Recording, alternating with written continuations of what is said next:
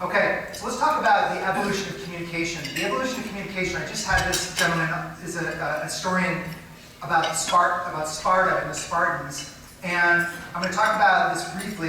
He just came on my podcast to talk about warfare and why the Spartans still today have this wedge in our consciousness as being this warrior class. And what was some of the communication innovations that they had? Well, number one, a Spartan boy was taken away from his mom at 7 years old and was permanently, was not allowed to return back to their family until 18 years old. So they had this essentially 10, 11 years where they raised these boys to essentially be like a community, like a Marine Corps.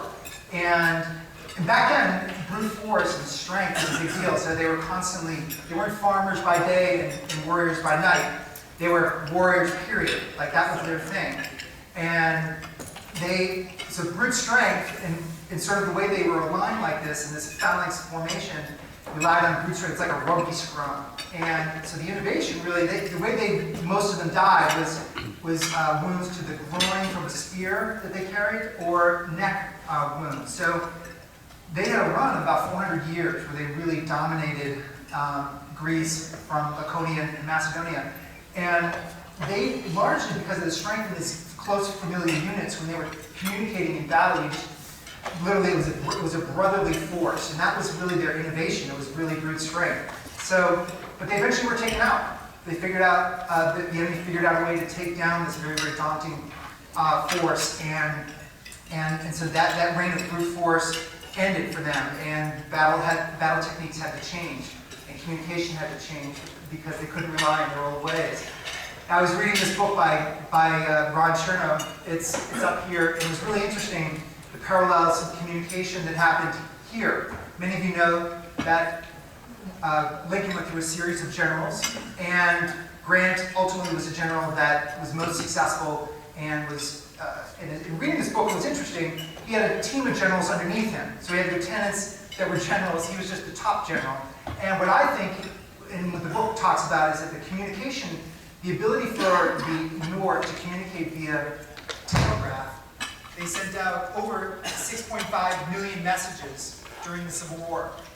And it wasn't like the South didn't have communication. The South did have telegraph, just didn't use it.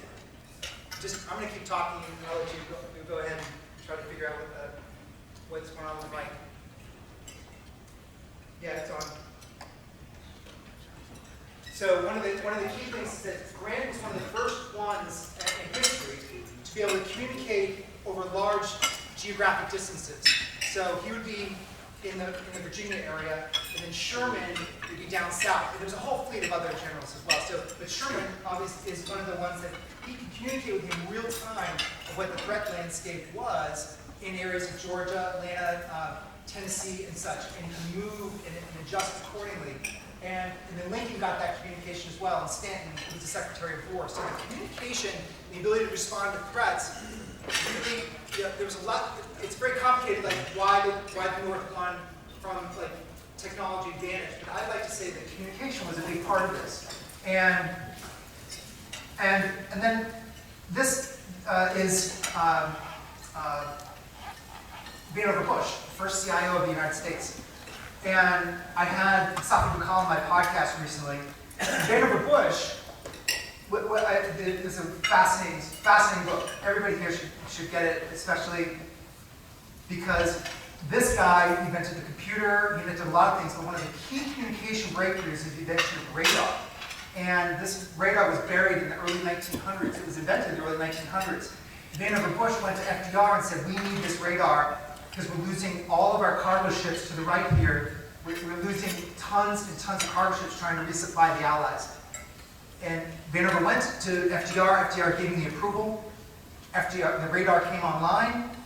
And now that we had radar for U-boats, all the U-boats from the Germans, they started destroying the U-boats. The supplies got through. Then they put radar in planes and put radar in boats. It's a force multiplier of communication. But it's interesting when you look at communication and how in the threat landscape, that ability to use radar was really a threat, a communication sensor tool. And it was a force multiplier. And so I'm going to be talking about communication here and threat management, what the modern CIO with a modern architecture has at your disposal to see how you can adjust your own enterprises moving forward.